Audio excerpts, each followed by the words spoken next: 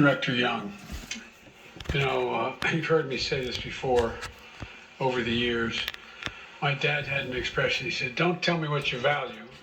Show me your budget. I'll tell you what you value. Don't tell me what you value. Show me your budget, and I'll tell you what you value." Well, the budget I'm releasing today sends a clear message to the American people that what we value. First, fiscal responsibility. Second, safety and security. And thirdly, the investments needed to build a better America. The first value is fiscal responsibility. The previous administration, as you all know, ran up record budget deficits. In fact, the deficit went up every year under my predecessor. My administration is turning that around. Last year, we cut the deficit by more than $350 billion.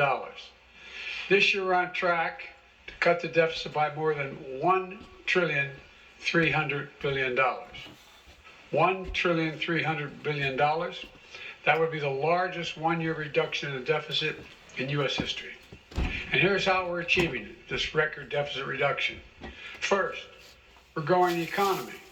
We've created a record 6.7 million jobs since I took office, and we've generated a GDP growth of 5.7%, the best economic growth we've seen in this country in over 40 years.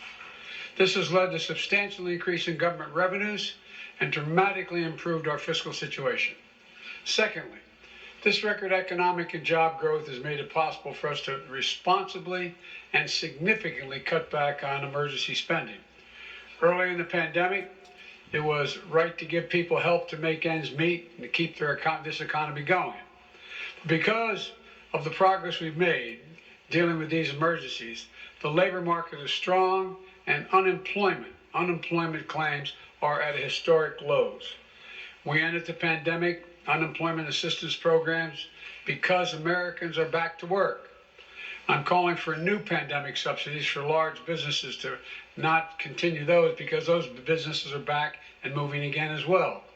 But because we have to put this economy in a strong foundation, even the Delta and Omicron variants of COVID-19 and the cost of Putin's aggression in Ukraine have not required an additional fiscal package for state and local governments. But we still spend what we need to spend to continue to fight COVID. But those expenditures will be dramatically less than last year. Compared to 2020, we're reducing the size of the deficit relative to our economy by almost 2/3, reducing inflationary pressures, and making real headway cleaning up the fiscal mess I inherited. After my predecessor's fiscal mismanagement, we're reducing the Trump deficits and returning our fiscal house to order. Now, the budget I'm releasing today will continue this approach. It makes prudent investments in economic growth, a more equitable economy, while making sure corporations and the very wealthy pay their fair share. And I would add, nobody making less than $400,000 a year will pay a penny more in federal taxes. We can do this by, one, passing legislation that lowers costs for families on things like child care, health care, and energy costs, while lowering our deficit at the same time. We can give hardworking parents raising children tax relief that gives them just a little bit of breathing room and lowers child poverty. We can give Medicare the power to negotiate lower prescription drug prices. This will bring down the cost for seniors and reduce the deficit by hundreds of billions of dollars. Congress can do this all right now. They're debating it now. We can also restore fiscal responsibility. The Trump tax cuts added $2 trillion in deficit spending and largely helped the rich and the largest corporations. Under my plan, as I said, no one making less than $400,000 a year will pay additional single penny in taxes. No one. If you don't make 400 grand, you're not going to pay a single penny in additional federal taxes. And the wealthy and corporations will finally begin to pay their fair share. For most Americans, the last few years were very hard, stretching them to the breaking point. But billionaires and large corporations got richer than ever. Right now, billionaires pay an average rate of 8% on their total income. 8%, that's the average they pay. Now, I'm a capitalist, but if you make $1 billion, great. Just pay your fair share. Pay a little bit. A firefighter and a teacher pay more than double the tax rate that a billionaire pays. That's not right. That's not fair. And my budget contains a billionaire minimum tax because of that. A 20% minimum tax that applies only to the top 1/100th of 1%. 1/100th of 1% of the Americans will pay this tax. The billionaire minimum tax is fair, and it raises $360 billion that can be used to lower costs for families and cut the deficit. As I said, my budget also ensures the corporations pay their fair share. In 2020, there were 50 Fortune 500 companies that made $40 billion in profit combined, but didn't pay a single solitary cent in federal taxes. My budget raises the corporate tax rate to 28%, far lower than the rate it was between World War II and 2017 when it was lowered as it is today.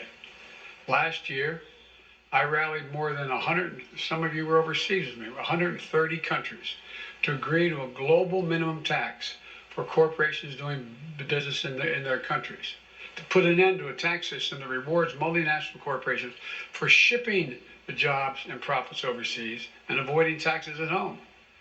It's my hope that Congress enacts this law this year so I can sign it and we can get to work. The second value my budget reflects is security.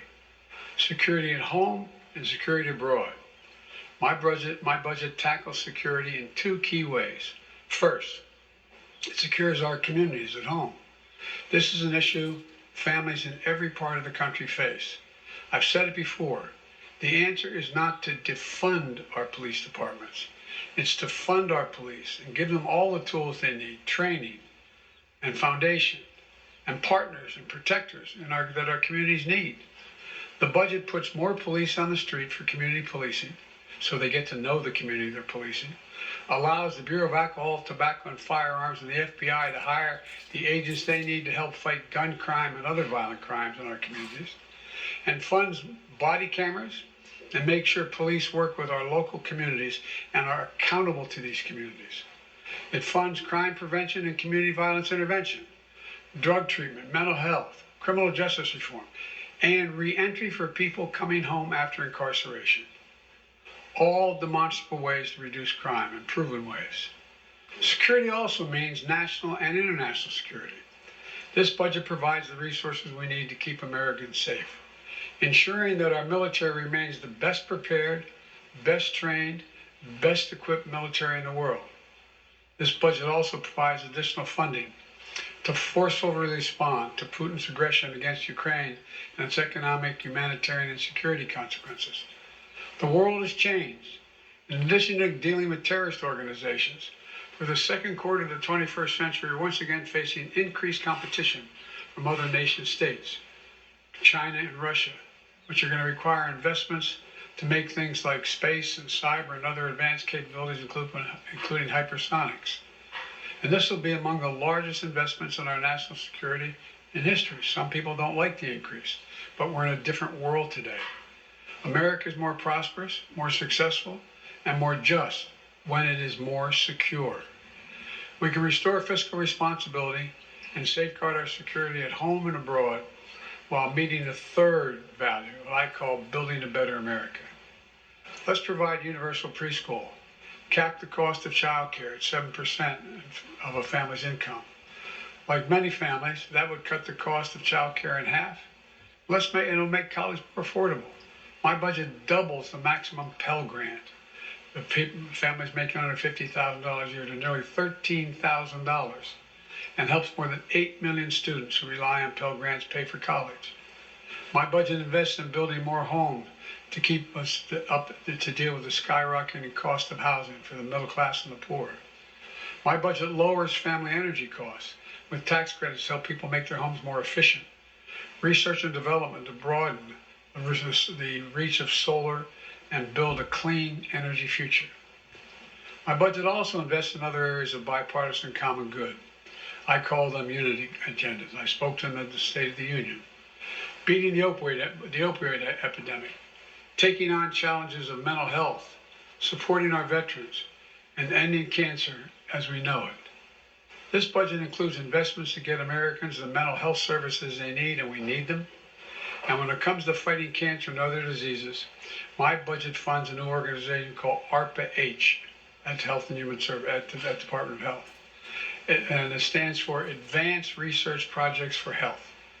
It's based on DARPA, the Defense Department program, that led to breakthroughs in technologies like the internet, GPS, and so much more.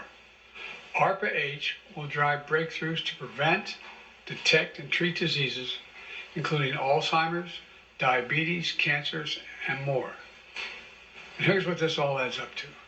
Historic deficit reduction, historic investment in our security at home and abroad by modernizing our capabilities in both areas, and an unprecedented commitment to building an economy where everyone has a chance to succeed.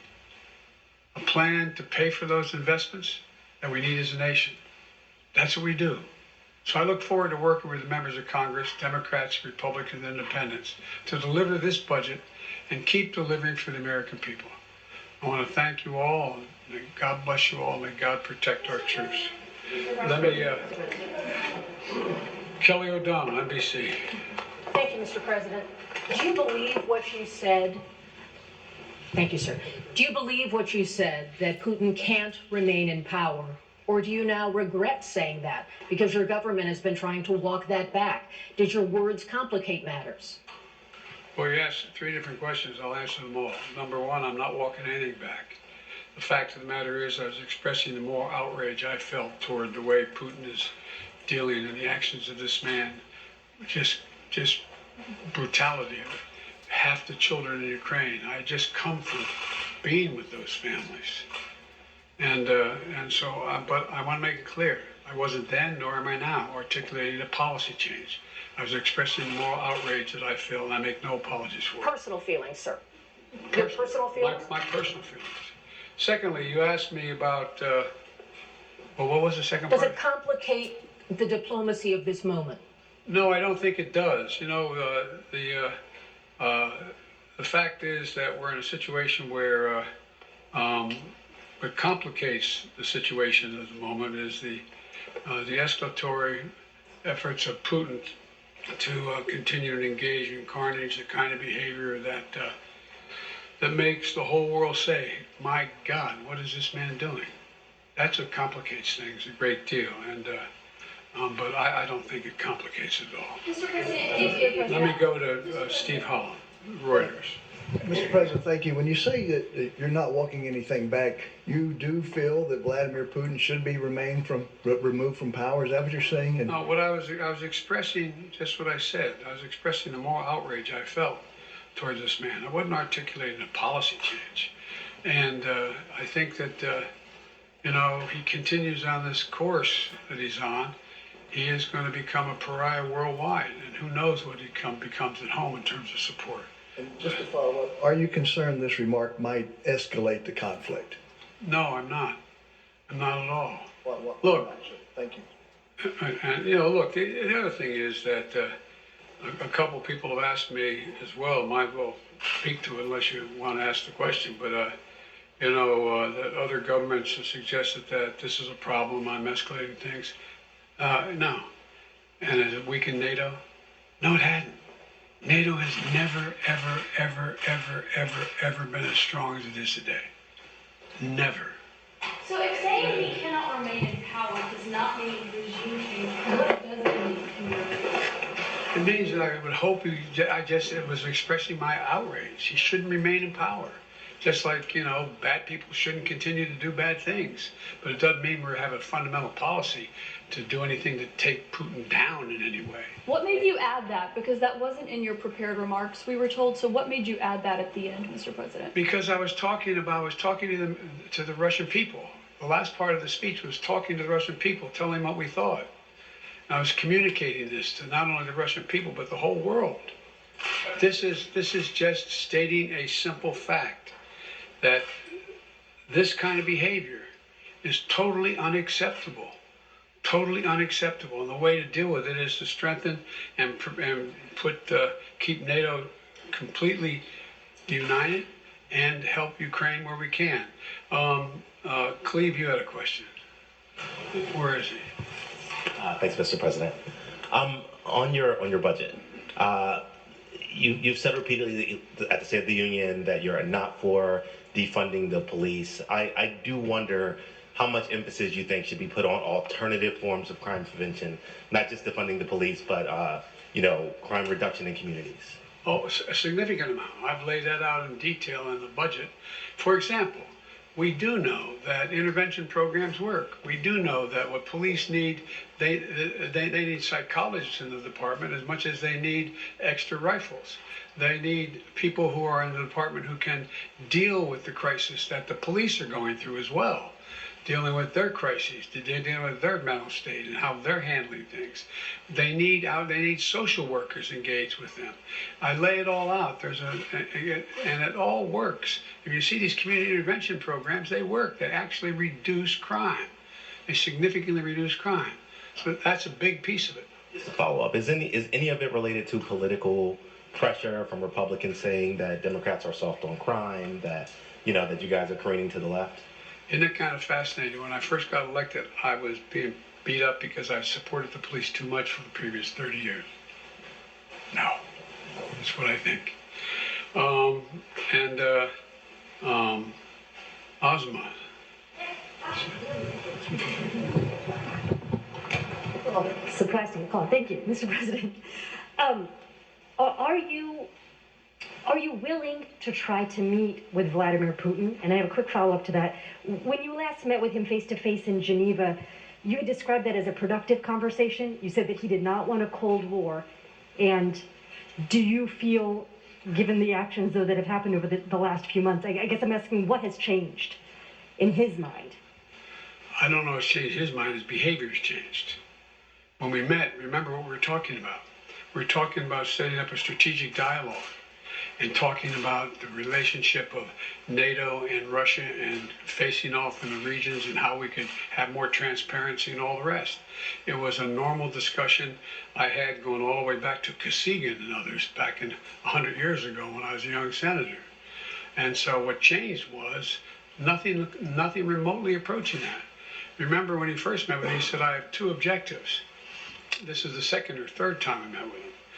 He said, I have two objectives. One is to make sure that they never become part of NATO, and two, to make sure there are no long-range missiles in there in Ukraine. I said we could deal with the second one easily, but we can't close the door on the first, because when we talk about missiles, we want to talk about what's also on the Russian border heading toward Europe. Do both, and then if you notice that demand list of his, not with me, with others, have escalated significantly in terms of what he thinks is necessary. Thank you very much. We need some more clarification. Mr. President, thank you. Thank you very much. I know you're going to ask a really nice question. Well, it's an important question, I think. Are you worried that other leaders in the world are going to start to doubt that America is back if some of these big things that you say on the world stage keep getting walked back? What's getting walked back? It made it sound like, just in the last couple days, it sounded like you told U.S. troops they were going to Ukraine.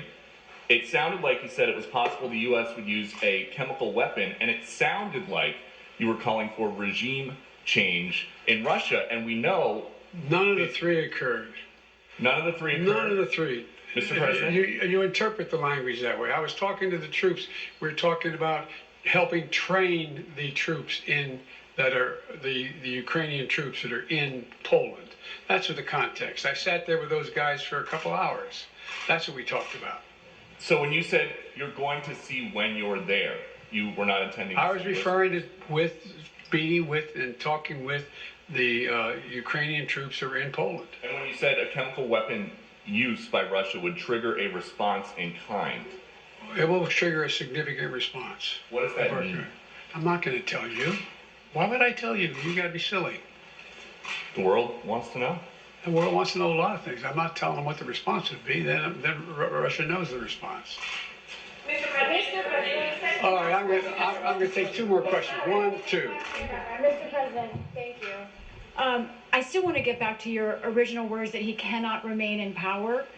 Can you help us understand, you have more foreign policy experience than any president who has ever held this office. whether those are your personal feelings or your feelings as president, do you understand why people would believe you, as someone commanding one of the largest nuclear arsenals in the world, saying someone cannot remain in power is a statement of U.S. policy? And also, are you concerned about propaganda use of those remarks by the Russians? No and no. Tell me why. You have so much experience. You are the leader of this country. Because it's ridiculous. Nobody believes we're going to take down. I was talking about taking down Putin. Nobody believes that.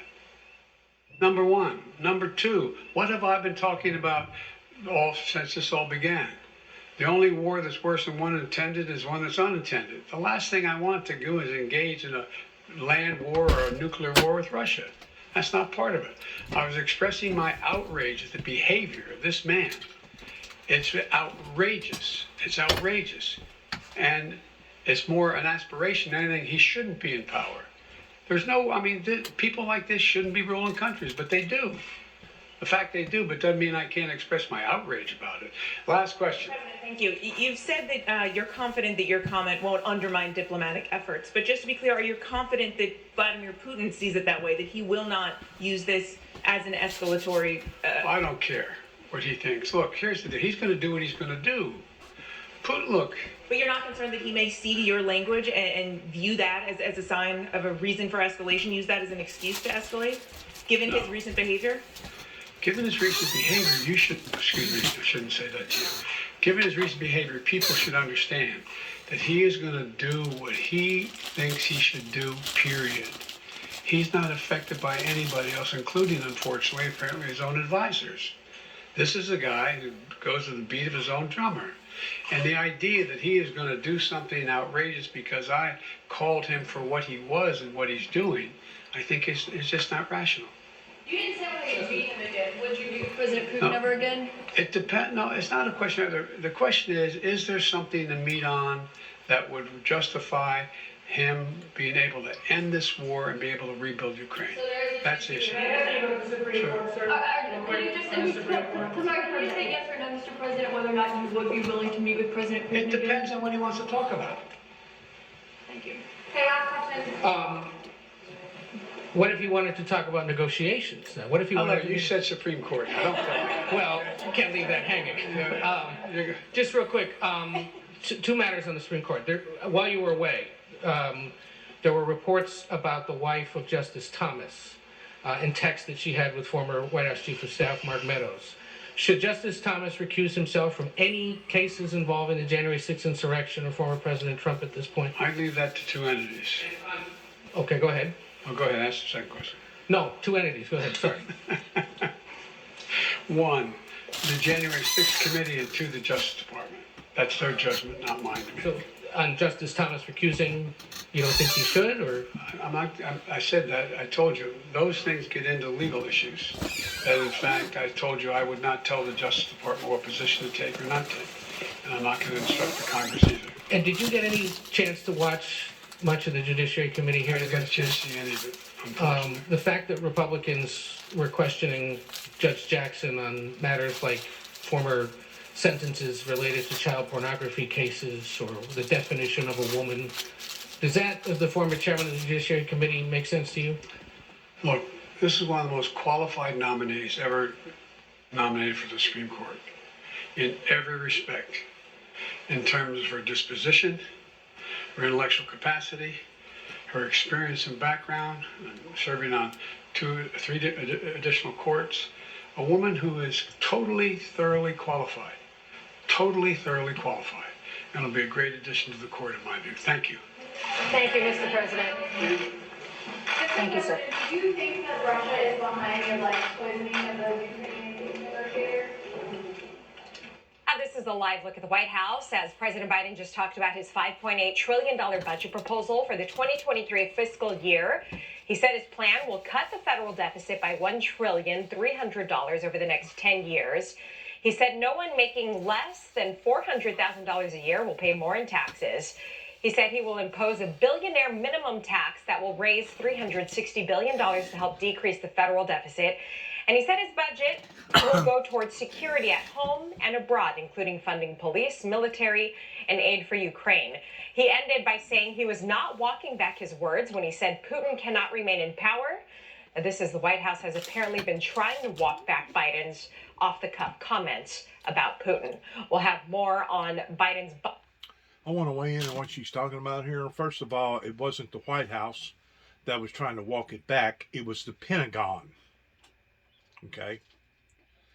For some reason, the Pentagon has been given the authorization of basically running foreign affairs for now several years.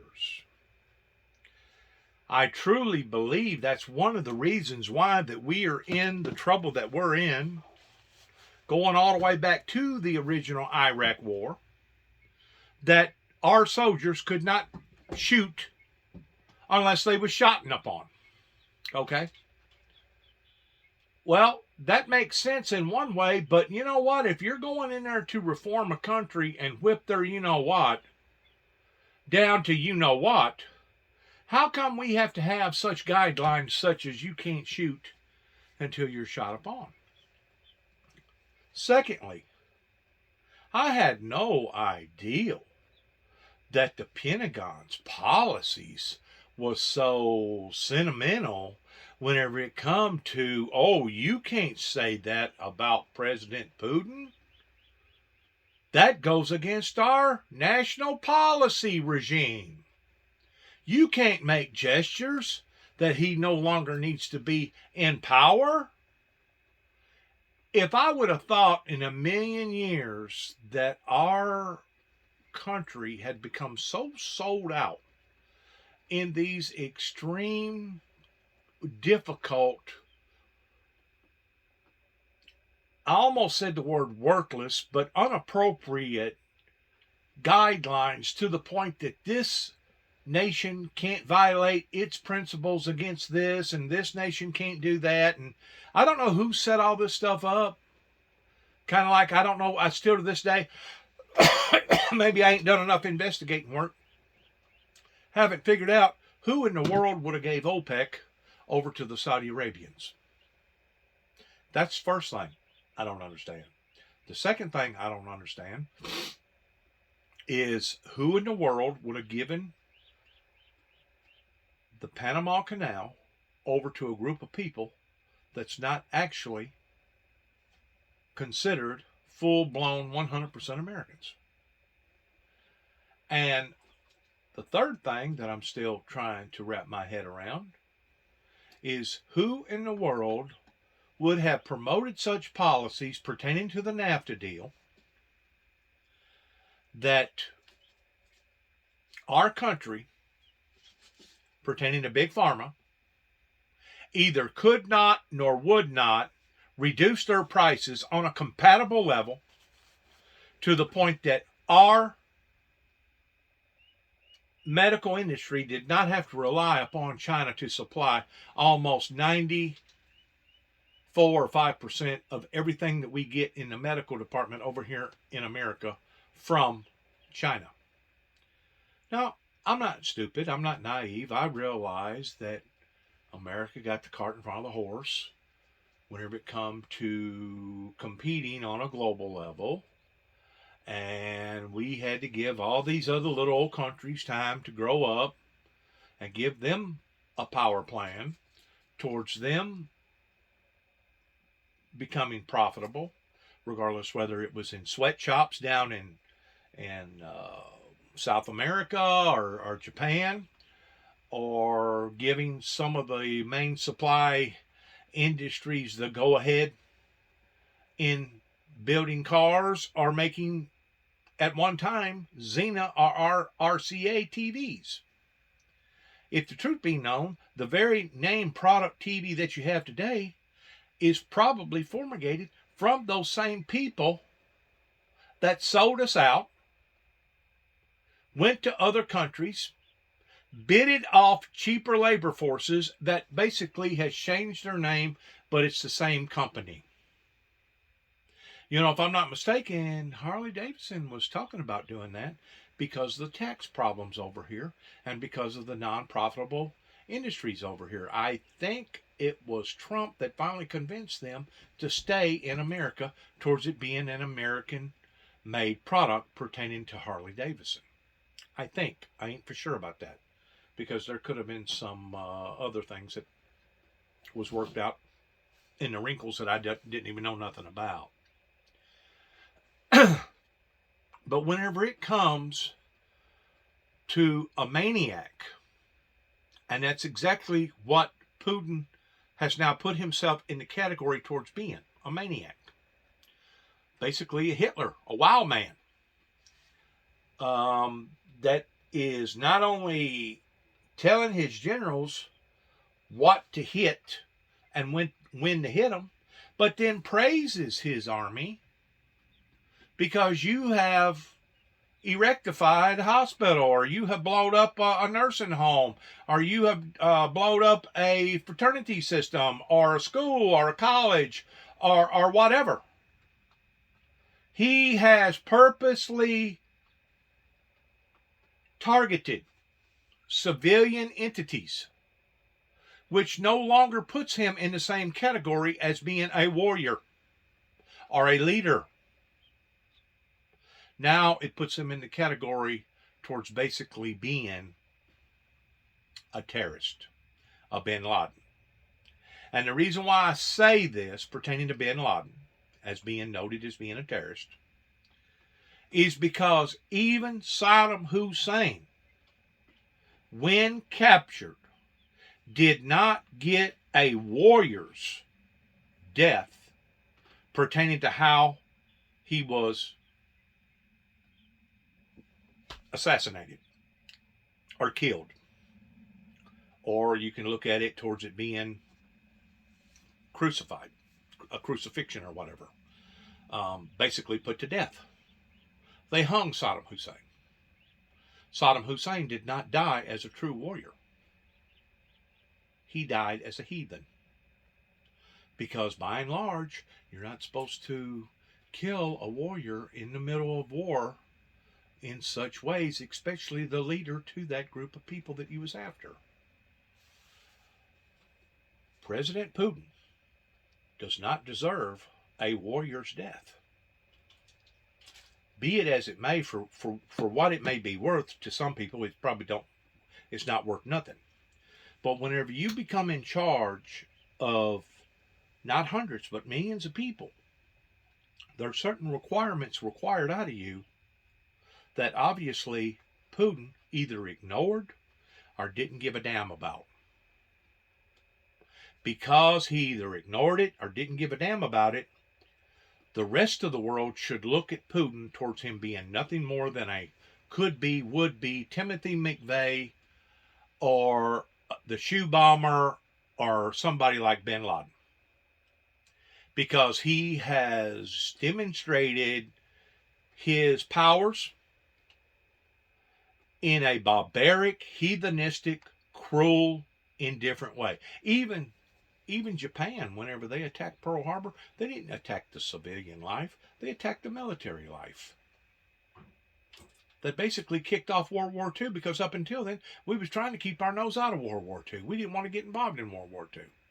Well, whenever that occurred, all bets was off the table then. And they knew that if they done something like that, what was going to happen. President Putin, as a leader, should have known whenever he purposely targeted schools and hospitals and daycare centers and fraternity wards, and whenever he purposely targeted civilian life, how the rest of the world was going to look at him.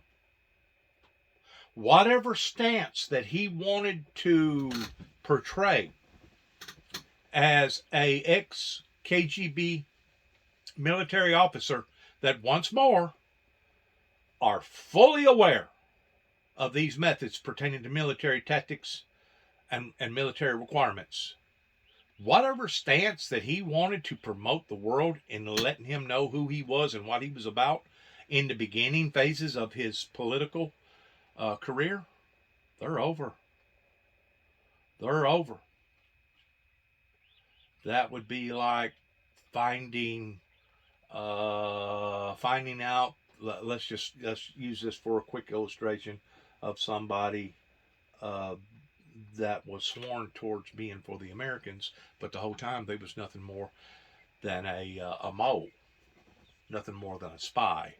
Or it would be someone on the level that wanted to preach the gospel towards a sinless, righteous society, and at the same time, this person wasn't nothing but a drunk, or a dope fiend, or a whoremonger, or her being a whore, or whatever.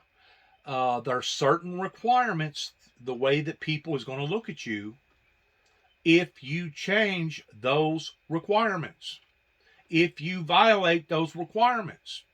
I guarantee you at one time, I'm just going to use this man as an illustration, at one time Jimmy Swaggart probably had as much, if not more, power towards being able to recommend, request, or even order his followers towards doing certain particular things, because he was that predominant in America at the time, right before the fall of his ministry. Since then, he probably won't never achieve that same status level that at one time he had, even though he still has people that believes in his message, and even though I personally am empathetic pertaining to his ministry, and I listen quite frequently to some of his broadcasts. I think he's got some beautiful, beautiful, talented singers. I think he still hammers it home whenever it comes to various interpretations of Scripture. I don't think he's right on all the interpretations of Scripture, but I don't think that the majority of the preachers out there are right whenever it comes to interpreting various Scriptures pertaining to end-time biblical Bible prophecy. That doesn't mean that I hate the man, doesn't mean that I want to belittle the man, but because of what has occurred in his ministry pertaining to the prostitute, the majority of the people probably, I'm not saying for sure, probably will never lift him up on the same platform that at one time he used to be on, right before he fell I think it was in February or January of '88. I think it was in 1988. It's the same thing on a political level, especially if you're going to do something as evil and as demented as what President Putin is doing towards attacking innocent civilians, simply because you got a burr up your rear end that you got cheated and the West lied about certain agreements. Wow. You're going to take it out on every innocent man, woman, and child?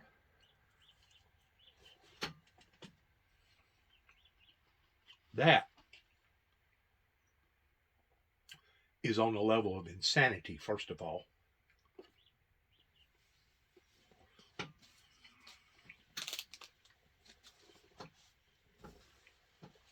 And second of all, whenever you commend your military towards blowing up a school, a hospital, a daycare center, a fraternity ward, a park, a factory,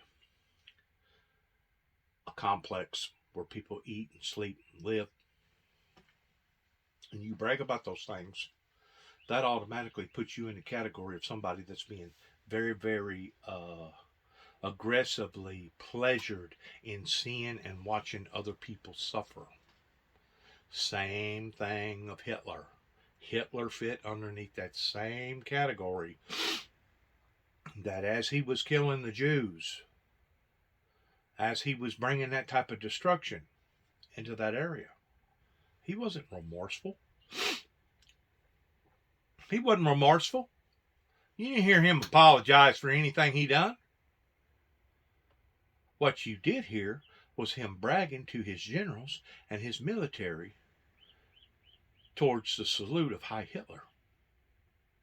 That actually the methodology, the ideology, began in the late 20s and the early 30s towards Nazi sympathizers.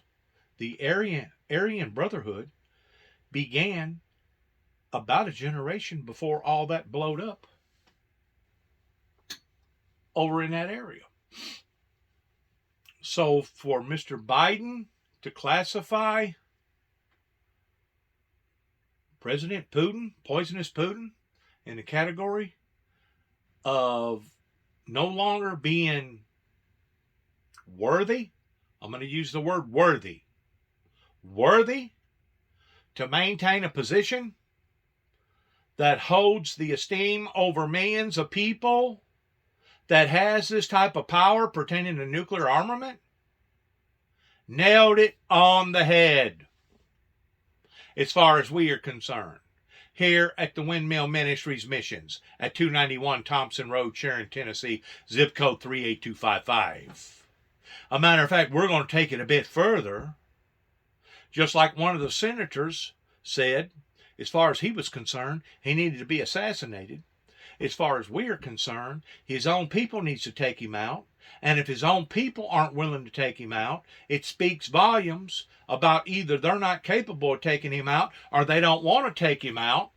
And if that be the case, then it's time to step into the play of weighing out the odds between the needs of the many versus the needs of the few. And if he's going to take the chance, or if we're going to take the chance on seeing the destruction of a planet versus the destruction of the Kremlin, which do you think are the lesser of the two evils? The destruction of the planet or the destruction of the Kremlin, pertaining to actually going in and invading the Russian territory and putting that regime down? Now, there's no doubt the Pentagon said this is not pertaining to a regime change. This is not pertaining to a regime change. Well, they can say whatever they want to at the Pentagon. And like I said, if I even thought for 1 second that their policies was this far out of focus pertaining to the truth, you know, it's actually disgraceful. It is absolutely disgraceful in what our military has been asked to do by the CIA, by the Pentagon, towards going in and doing certain things for certain countries. You know, kind of like what they done over there in Afghanistan. Somebody should have had a better handle on the fact that once we leave, they're not going to fight. Once we leave, they're going to surrender. Once we leave, they're going to hand all the military equipment over to the original enemy, which was the Taliban. Somebody should have had enough insight pertaining to the Pentagon, pertaining to the CIA, that they should have already made that decision of whether or not they was full-fledged, the Afghanistan people, towards being reformed, in being against that type of rule, being against that type of tyranny, or whether or not they was going to fight. Well, obviously, somebody made the wrong call. Somebody thought that they was going to fight. And in 11 days after we walked out, the Taliban walked in. Kind of like somebody made the wrong call in regards to going to war over in the area of Saddam Hussein, using the ideology that Saddam Hussein had bombs of mass destruction, and come to find out that he never did. So what is this road? This is the $64,000 question. What is this road that the Pentagon continues to contradict the benefit of the American people by misleading us, or by doing things that they should have backed the chief and commander up that they didn't? What is this road that the Pentagon is choosing for their own people, the Pentagon, that some of them people up are making $500,000 a year in their decisions towards what they do and what they don't do? Some of the people in Los Alamos, New Mexico, is making probably $500,000 a year. Most people in there is making $250,000, or right under $250,000, towards their scientific schooling and their achievements and all their awards. So, as an American, not being disrespectful to the Pentagon, because I know there's a lot of good people that works in the Pentagon that have really, really strong feelings towards obligations and commitments in their duties towards protecting the American people. Now, this could lead into one other thing out of a fear factor. Maybe there are certain people in the Pentagon that realizes that Putin is a loose cannon and they don't want to step on nobody's toes. And because of it, they immediately started spitting out to the world after Biden said what Biden said, that this was not a regime change. We are not asking or demanding for a regime change. We are not asking or demanding for a regime change. Well, if you're not asking or demanding for a regime change pertaining to blowing up innocent men, women, and children and bringing destruction into how many millions of people's lives, if you're not asking for a regime change by now pertaining to the Pentagon, are you ever going to acknowledge that obviously something is wrong with the Russian government and it does need to be changed for the benefit of not only their own citizens, but the benefit of the world? I mean, what the hell's going on here is what I want to know whenever it comes to high treason.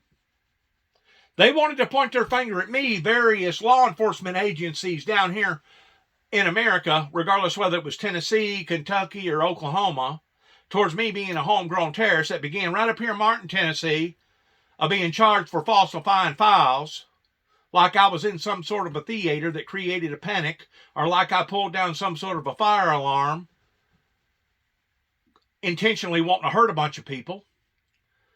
They created this fake fazana up there in Kentucky towards thinking just because that I had mentioned that there was going to be tremendous weather events that was going to cause electrical disturbances, and plus the fact of solar flares and the fact that our grid system is so overloaded and so depleted that there's going to be major electrical disturbances, and we've seen it again and again and again whenever it got so hot that they had to do rotations towards shutting down this part of the city and then turning it back on, and then shutting down this part of the city and then turning it back on and then shutting down this part of the city. Why do they do that for? They do that to keep overloading the whole system. And whenever I say the whole system, you can look at what happened to Texas towards their grid system, basically freezing out, locking down, and become dormant for a long period of time before they finally got electricity to everybody. Okay? So, once more, regardless whether I was talking about this, or this, there has been major electrical disturbances since I gave out that warning in 2007.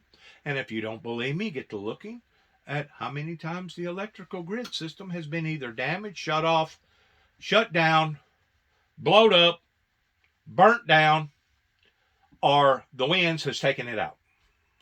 Look at the facts. Look at the facts.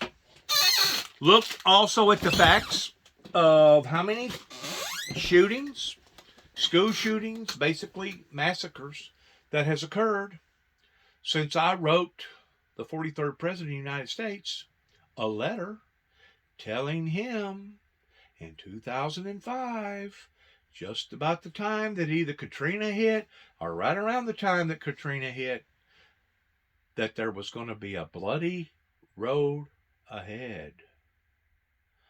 All these advance warnings that I was giving out was not only ignored, but looked upon for some strange reasons as them being threats, including the lie that Homeland Security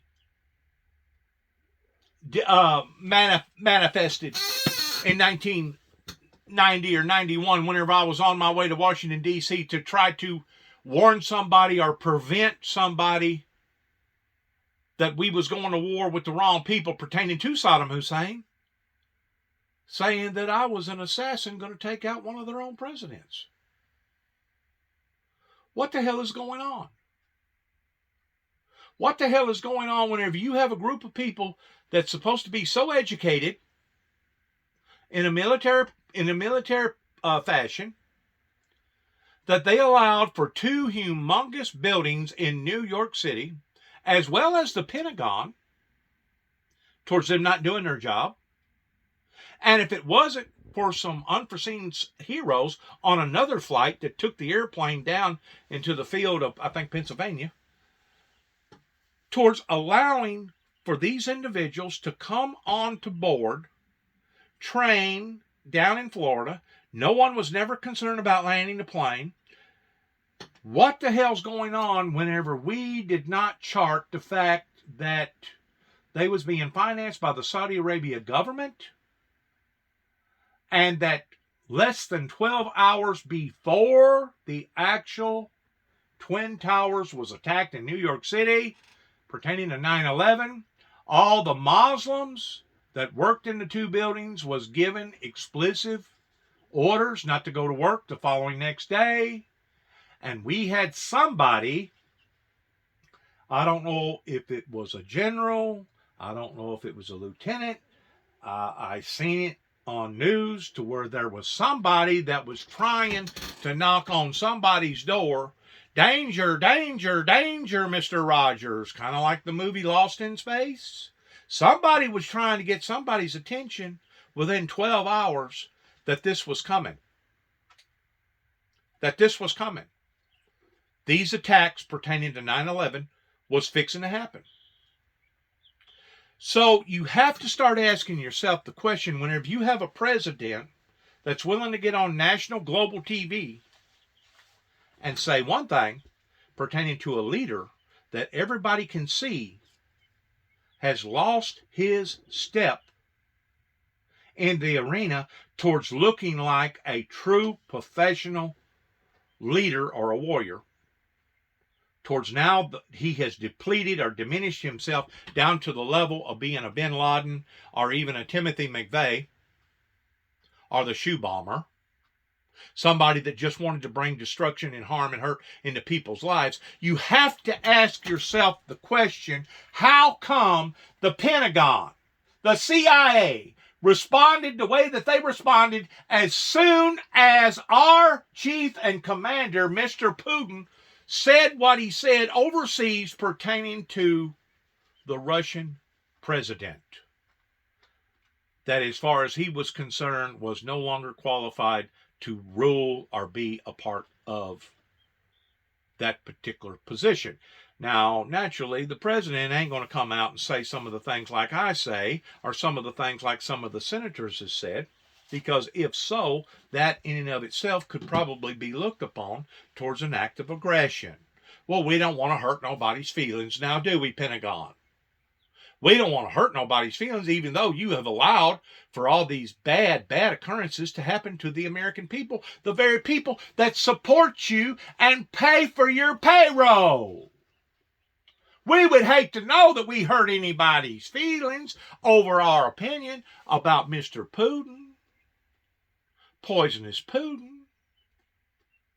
But I've always been told, and I'm sure our chief and commander must see it the same way, that if it walks like a duck, smells like a duck, sounds like a duck, looks like a duck, guess what? It's probably a duck. What you're looking at right now is pertaining to DirecTV. If you have a screensaver that's going back and forth and up and down that says DirecTV, odds are it's probably not Dish Network. It's probably not Direct Dish. It's probably not some other kind of foreign TV communication system that has been satellited in by some other country. Odds are it's probably Direct TV. There's a time of acting foolish. The Bible talks about this, that whenever I was a child, I spoke as a child. I understood as a child. And I done childish things. But whenever I become a man, the Bible says that I put away childish things. To whom much is given, much is required. The people up in the Pentagon, and some of them are making $500,000 each a year in their positions. If they cannot do no better for themselves than whenever a president of the United States calls a spade, calls a spade, and cannot support their own chief and commander's theories or ideologies, then is whenever the American people need to start scratching their heads by putting all these dots together. How come this happened? How come we went to war and there wasn't no bombs of mass destruction? How come they let 9/11 happen to us? How come this occurred? How come that occurred? We have to start scratching our head just exactly who is in charge of the Pentagon pertaining to the CIA, and just exactly what is their true intentions towards not calling a spade a spade. Once more, if we're afraid that we're going to hurt somebody's feelings, don't you think that those people in Ukraine have been hurt a whole lot worse than just their feelings? They've had their whole lives disrupted. They've had grandfathers and grandmothers and children that's been assassinated, that's been killed by President Putin's army. They've had their whole communities blowed up, their whole towns, their whole cities, their country, a sovereign country, has basically come into ruin. And the best that our Pentagon can do whenever our president makes a remark is, oh, he's not talking about a regime change. Oh, really? Why is he not? We can't violate that principle because we made that agreement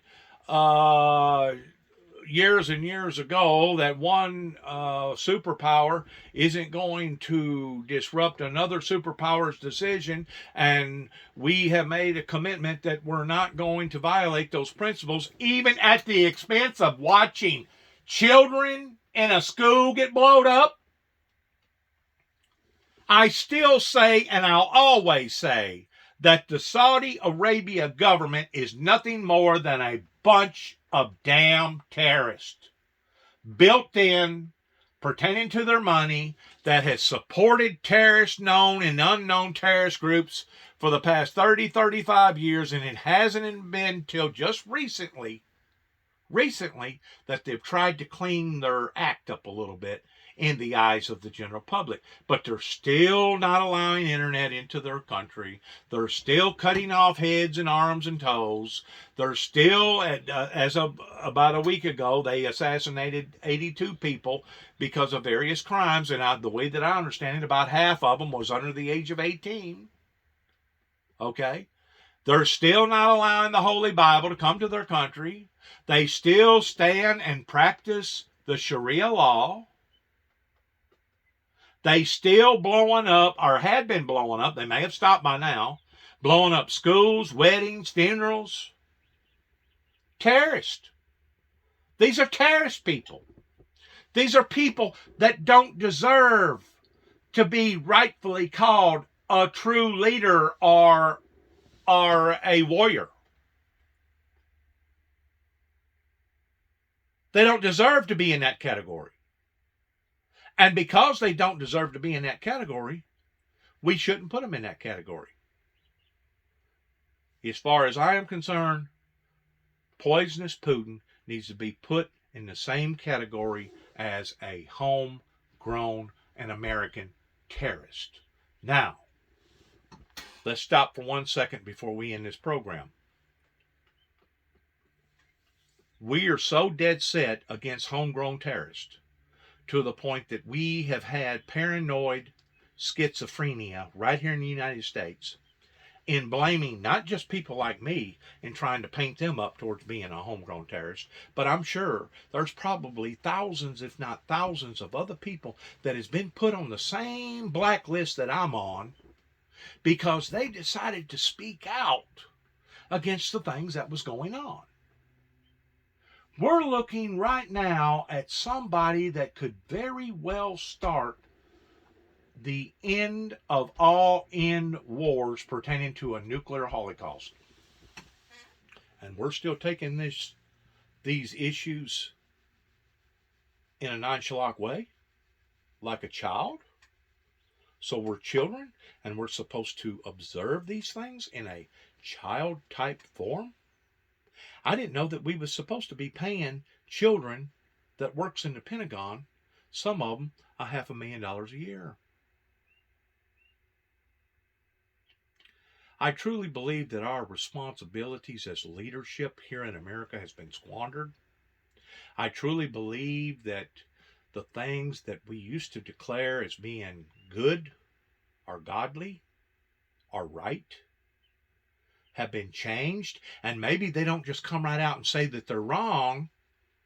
Okay, listen to me. Maybe they don't come out and say that they're necessarily wrong, but at the same time, they play the middle ground. They don't call it right, but they don't call it wrong. What did Jesus say about that? He told some of his people that observed his teachings and his followings that him or he who speaketh for me cannot be against me. Now I'm fixing to make a point here, and then I'm going to end. I can prove to you for the past 34 years of stepping out into the eyes of the public that I have not supported Allah per se as far as the Muslim religion. I can prove that I haven't supported Hinduism. I haven't supported the things that goes on down in New Orleans pertaining to hanging chicken legs off of porches and trying to cast spells upon people pertaining to voodoo. I can prove throughout my material base that I have never, ever supported the Wiccans pertaining to being an occult. I have never, ever supported other occult type figures that has either come out of China or Japan or that has merged over here in America, just like either Jim Jones or Timothy McVeigh and Nichols or even the Davidians. I don't support these groups. I don't support in the way that they teach. I don't support in the way that they worship. I don't support in their ideology. I don't support the Ku Klux Klan. I don't support these other hate-mongering groups, QAnon, Hell's Angels, and the Ku Klux Klan. I don't support these groups. You know why? Because I don't think that they're of a godly source. Not a true godly source. If I did, I may compromise. But you know what? I have looked at even various groups here in America, like, I'm just going to throw this name out here, the Jehovah Witness. They claim that they will not pick up arms and go to war, even at the expense of us being attacked and being invaded. I've looked at the religion out in out west in regards to the Mormons, and I didn't know this, that they have got a philosophy or an ideology that Joseph Smith and Joseph Smith's brother was the two witnesses. That's kind of like the Seventh-day Adventists. The Seventh-day Adventist believes that the Old Testament was one witness and the New Testament was the second witness. Well, how can Joseph Smith and Joseph Smith's brother be one of the two people that their dead bodies is going to lay in the streets of Jerusalem for 3.5 days if they're already dead? Because according to the way that I read it, it's going to be a human bodily form pertaining to the doomsday devil's duel of two people that's going to go to battle, of telling them that the time has come for them to surrender and for them to put their material as well as their immaterial weapons down. This ain't going to be figuratively. I don't believe that it's going to be Elijah or Noah or Moses or anybody else that's already done died. Okay, going to come back in the physical form. Because even Jesus talked about, touch me not, for I have not descended. In other words, touch me not, for I have not been transfigurated into that in which what the Father intends for me to go back and become. Because at that point in time, Jesus had powers that he didn't have while he was in the total fleshly sense. In other words, he was about halfway transfigurated of becoming back a spirit, but he was still displaying himself in a physical form for 40 days after the death and resurrection of himself. In other words, before the death and resurrection of himself, he couldn't actually walk through walls that we know of. It was never recorded of him walking on walls, though it was recorded of him doing other great miracles, such as walking on the water and turning water into wine. But it was only after, until he was resurrected, that he could do these things.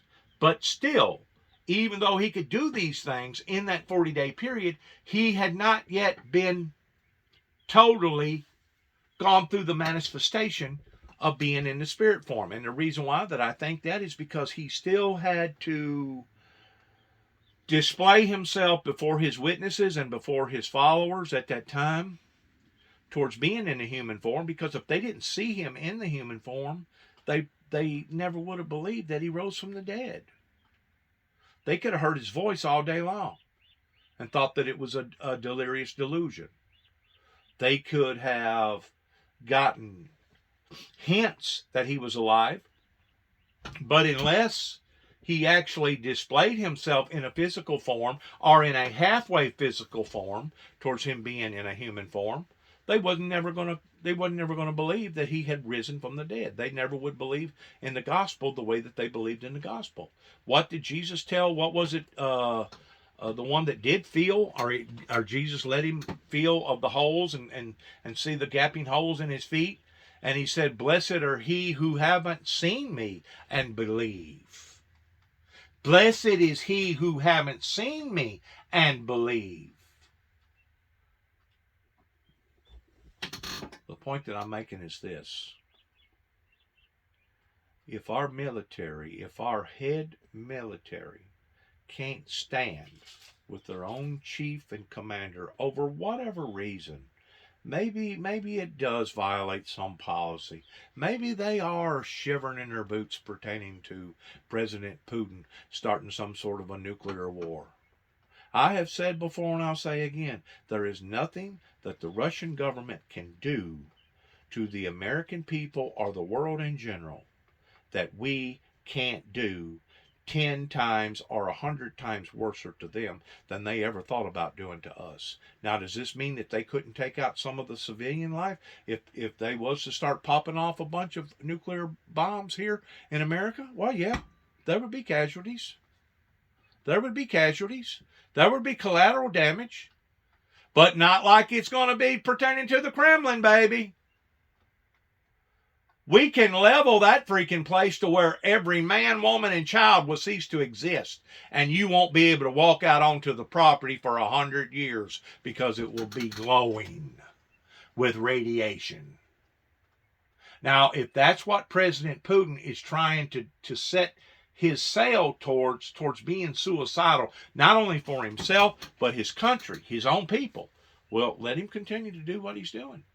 Because he's made a damn good head start at it, buddy.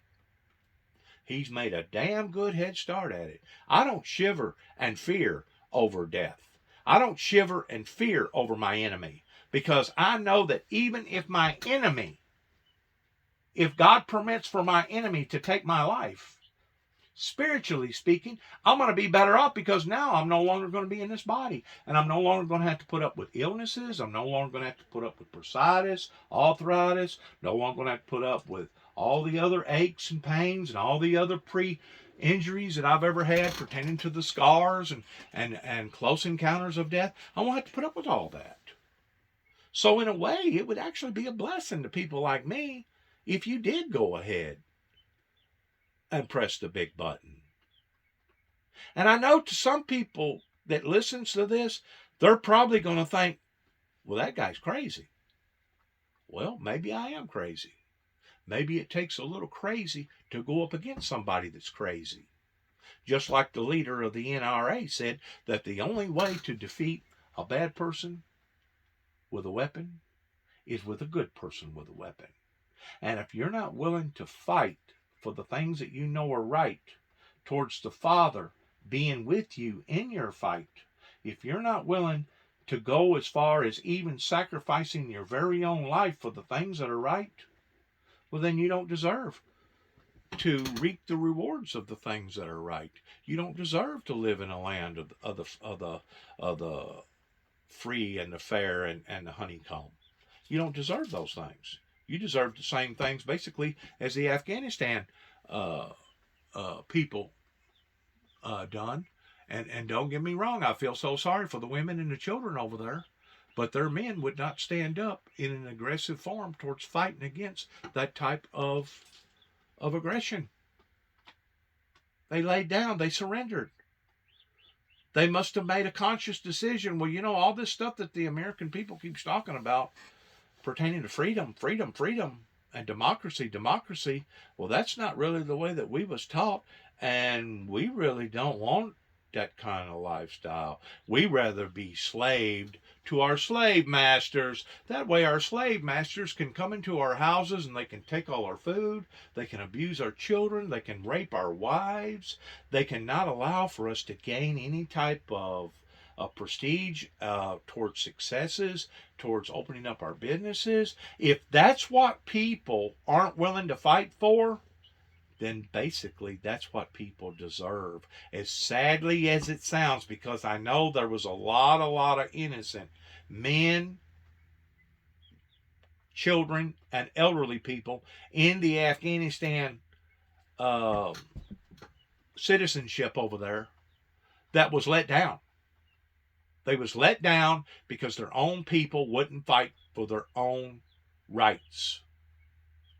But then, to top it off, which once more, this is the playoff on the devil, they turn around and blame it on the Americans. Well, the Americans abandoned us. Well, the Americans didn't pull out right. Well, the Americans done this. Well, the Americans didn't do that. Well, the Americans didn't do that. Okay, now you're using us as an scapegoat, even though we gave you the golden goose, baby. 20 years we spent trying to reform them people. And they still rejected it. So in a way, they deserve to get what that they have gotten, other than the lives of the innocent. I feel so sorry for the women and the children and the elderly people over there that cannot defend for themselves, that now the Taliban is taken back over. I feel so sorry. And that's the very thing that the Ukrainian people are standing up against, because it has reached a climax of moment in their lives to where they rather die than they would to be ruled under the hand of another Hitler or President Putin, or anybody even similar to President Putin. That if they can't make their own decisions towards how they're going to conduct their affairs, towards how they're going to build their community up, and who they're going to put in charge, towards being the sheriff of that nation, of that sovereign country, if they can't make their own decisions, they'd rather be dead. And to be quite honest with you, according to Ronald Reagan, I agree with it. I agree with it 100%. That I'd rather die on my feet fighting than I would to submit to that type of tyranny. I ain't going to submit to President Putin. I'm not scared of President Putin, just like I'm not scared of the Saudi Arabians that I know masterminded and financed 9/11. I'm not going to bow to them. I'm not going to bow to them. And I'm not going to give in to them. I'm not going to kiss nobody's ass or kiss nobody's ring just because they're supposed to be mightier than I.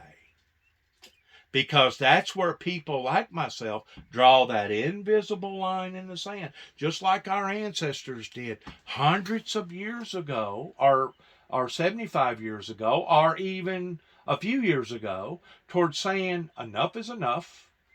We're not going to bend, bow, or break.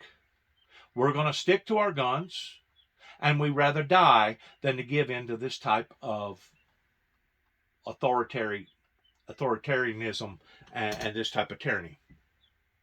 That's where the Ukrainian people stand. And you know what? Because they stand that way, I honor them. I pull my hat off to them. They deserve all my recognition towards me caring about them and caring about what happens to them, because they have proven to not only me, but they have proven to the world about their worthiness of being a diplomatic, Republican, sovereign country. On the other hand, let's go back to Poisonous Putin. What has President Poisonous Putin proven? He has proven to the world that he is nothing more than scum. He is nothing more than a rejectee, a degenerate, somebody that has basically done what he has done. I mean, I predicted it was going to happen, but I didn't want it to happen. President Putin has proven himself to the world that he is nothing any better than either the shoe bomber over here in America or Timothy McVeigh, or the leader in Waco, Mount Carmel, pertaining to that event, or Jim Jones. That's right. Bin Laden. Some of these other murderous people that has went on these rampages and wanted to just go on a rampage and just shoot and kill any and everything around them. Go into a school, go into a cafeteria, go knock out a window in Las Vegas and shoot down amongst 2,000 people, okay? And kill ain't no tellings how many. Go into a bar down in Florida, in Orlando, Florida, and kill, 60-something people, almost 70 people. Go into a school and kill. Go into a church and kill. It's evil. It's demented. It's cruel. And if we don't stand up in the 21st century against this type of aggression, then there'll be other countries that has this same type of leadership that will think, well, you know what? Didn't nobody stop old Putin. They let him get away with what he got away with. So if Putin can get away with it, so can we. There is a reason why our president stands in the gap towards being the leader of the free world. He's not standing in that gap because he shivers and shakes, or he does the wrong thing pertaining to making righteous, justifiable decisions. He stands in that gap because God has allowed for him to be in that gap. And whenever that man looks at what's going on right now and says what he says, we stand with our chief and commander. We stand with President Biden, the American president, and we're going to continue to stand with him over any relentless, demonic, cruel leader of any country, whether or not they got nukes or not, whether or not they're big or little, we're going to stand united towards saying and thinking the way that we think. And we're not going to allow for the Pentagon or nobody else to convert us in any other way of thinking. What we should do as an American citizens is tell the people that are projecting this message, oh, we can't hurt President Putin's feelings. We're not asking for a regime change. If anything, we need to ask them people to step down. And if you don't step down willfully, then there's such of a thing called being fired. Oh, yeah. There's always somebody ahead of somebody else. There's always a top-notch head honcho that's above and beyond everybody else. And as far as I remember, towards looking at the facts, the buck stops with the President of the United States. He's the one that can make that ultimate decision towards opening up the secret codes to nuclear armament. Basically putting all of our lives in his hands, to the point if he gives the order because of certain circumstances, he can retaliate and basically unleash hell on the Kremlin and the government of Russia because of what their leader is presently doing, because obviously nobody has the integrity of taking this individual out, or maybe they're scared, or maybe Putin's going to sleep with guns on every end. I don't know. Maybe they've sold their souls to Putin to the point that they're not willing to take the chance on going up against him. I don't know. I just know this. I'd rather be dead than to live under that type of rule. And if the rest of Americans don't see it the way I see it, as far as I'm concerned, well, then you need to be in category towards going over to Afghanistan and allowing for somebody to be your taskmaster. Basically, be your slave owner. Let them order you around. Let them profit off of your labors, and let them do to you the way that anybody else as a taskmaster would want to do, or a slave owner would want to do, because that's exactly what this type of leadership is about. That was the very thing that God the Father kept telling Moses to tell the Pharaohs, let my people go. Let my people go. Let my people go. God wasn't saying that because he had some personal vendetta against the Pharaoh. He was saying that because of the way that they was treating the children of Israel towards them being enslaved, being in bondage for the privileges of the slave masters. We're going to have to wake up. We're going to have to wake up, and we're going to have to realize towards being a straight shooter that if it looks like a spade, you need to call it like a spade. If it looks like a duck, we need to call it a duck. For some strange reason, America has been perverted. They have been perverted in all these different ideologies and policy and all this other stuff, to the point that, my God, maybe we don't deserve to hold the position towards being the leader of the free world.